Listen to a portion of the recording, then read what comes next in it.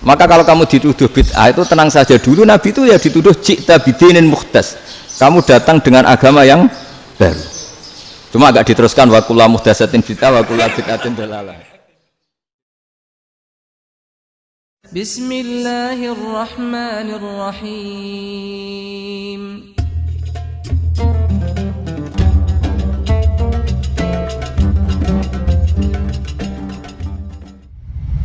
Saya baca ya. Ini teks tidak ada yang saya rubah, memang persis seperti ini. Bismillahirrahmanirrahim. Yaqulu Zuhri, ini gurunya Imam Malik. Fama futiha fil islami fathun qablahu kana a'zama minhu. Innama kanal qitalu haitsul taqon nasu. Falamma kanatil hudnatu wa wadu'atil harbu wa amana nasu ba'duhum ba'da wal taqaw fatafawadu fil hadits wal munaza'ah. Falam yaklim ahadun bil islami yaqilu syai'an illa dakhala fihi. Walaqad dakhalataini kasanaten mislu man kana fil islam qabla dzalika au aktsar. Terus ini ngomongnya harus santai, enggak boleh provokatif. Begini, kita tahu dalam perdamaian Hudaybiyah itu poin-poinnya itu semuanya merugikan Islam. Di antaranya adalah jika yang Islam masuk kafir harus dibiarkan karena berarti masuk ke habitat asli. Karena Nabi sebelum jadi Nabi komunitas pokok itu kafir, sehingga kalau Islam masuk kafir kembali ke habitat. Tapi kalau Islam masuk kafir, kafir masuk Islam itu harus dikembalikan karena dianggap bid'ah. Maka kalau kamu dituduh bid'ah itu tenang saja dulu, Nabi itu ya dituduh ji'ta bidinin muhdas, kamu datang dengan agama yang baru. Cuma agak diteruskan wa kullu muhdatsatin bid'ah wa kullu bid'atin dalalah. Jadi orang-orang kafir dulu kalau ngomentari Nabi ya ji'ta bidinin muhdas, kamu datang dengan agama yang baru. Nabi nurut. Semua perjanjian yang merugikan Islam itu Nabi nurut. Tapi Nabi hanya minta satu hal, jangan ada perang 10 tahun. Dan orang boleh seminar, boleh diskusi tentang Islam. Ya ini dengerin betul ini. Jadi saya tidak akan provokatif, ini pakai logika. Nanti bisa dipakai disertasi doktor. Tapi saya minta orang boleh diskusi, boleh seminar tentang Islam.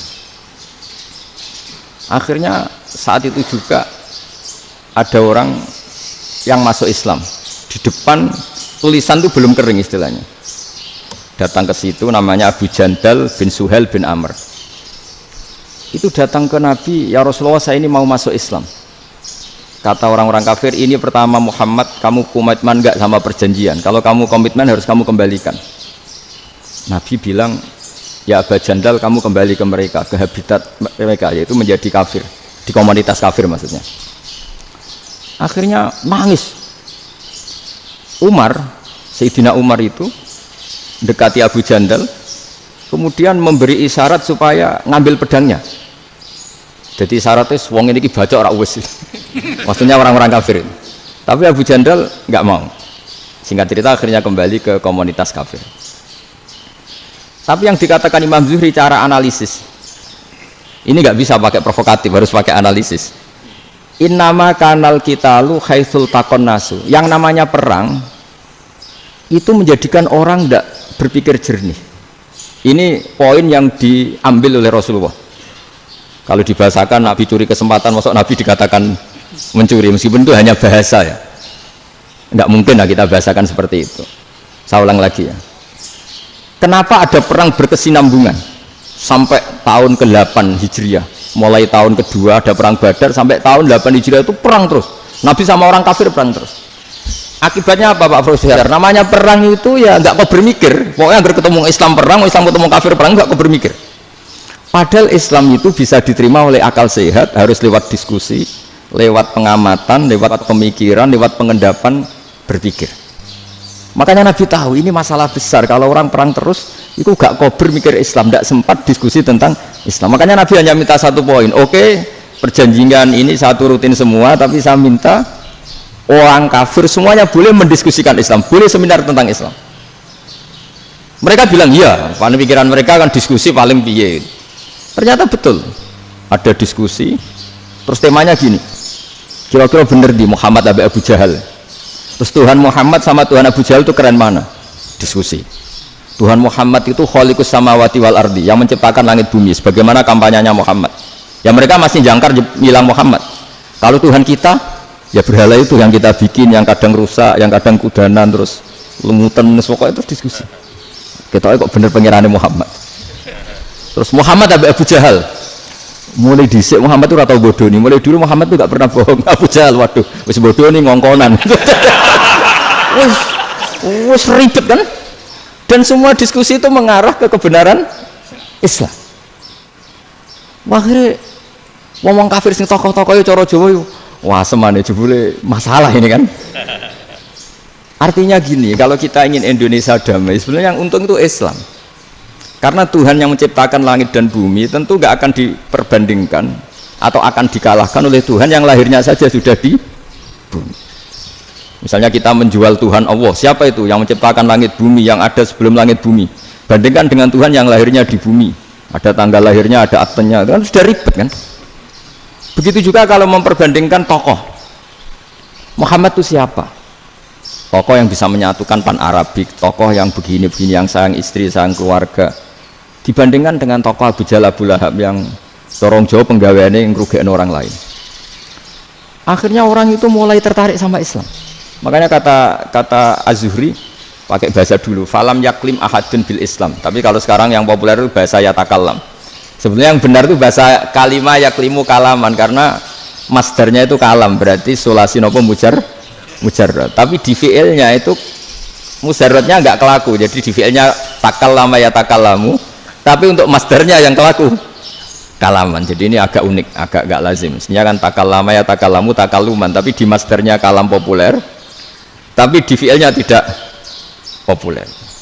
Saya teruskan ya, ini penting sekali. Jadi menjual Islam, kalau boleh dibahasakan menjual, itu tetap enak dalam kondisi damai.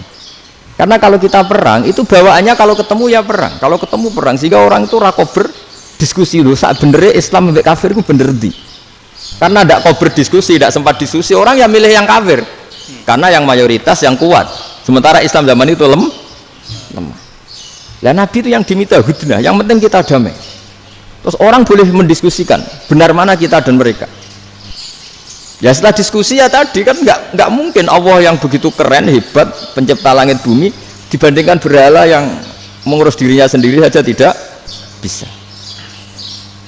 Walhasil terus orang mulai tertarik sama Islam dan aturannya nggak boleh dilarang diskusi itu. Nah makanya saya pernah ditanya beberapa profesor di Jogja, Gus, suatu saat kalau kampus paling keren di Jogja ini ada Islamic Studies, kemudian pengajarnya dari berbagai agama, ini riskan nggak bagi Islam? Saya jawab, asal yang didiskusikan Islam itu nggak masalah, yang repot itu nak umat Islam.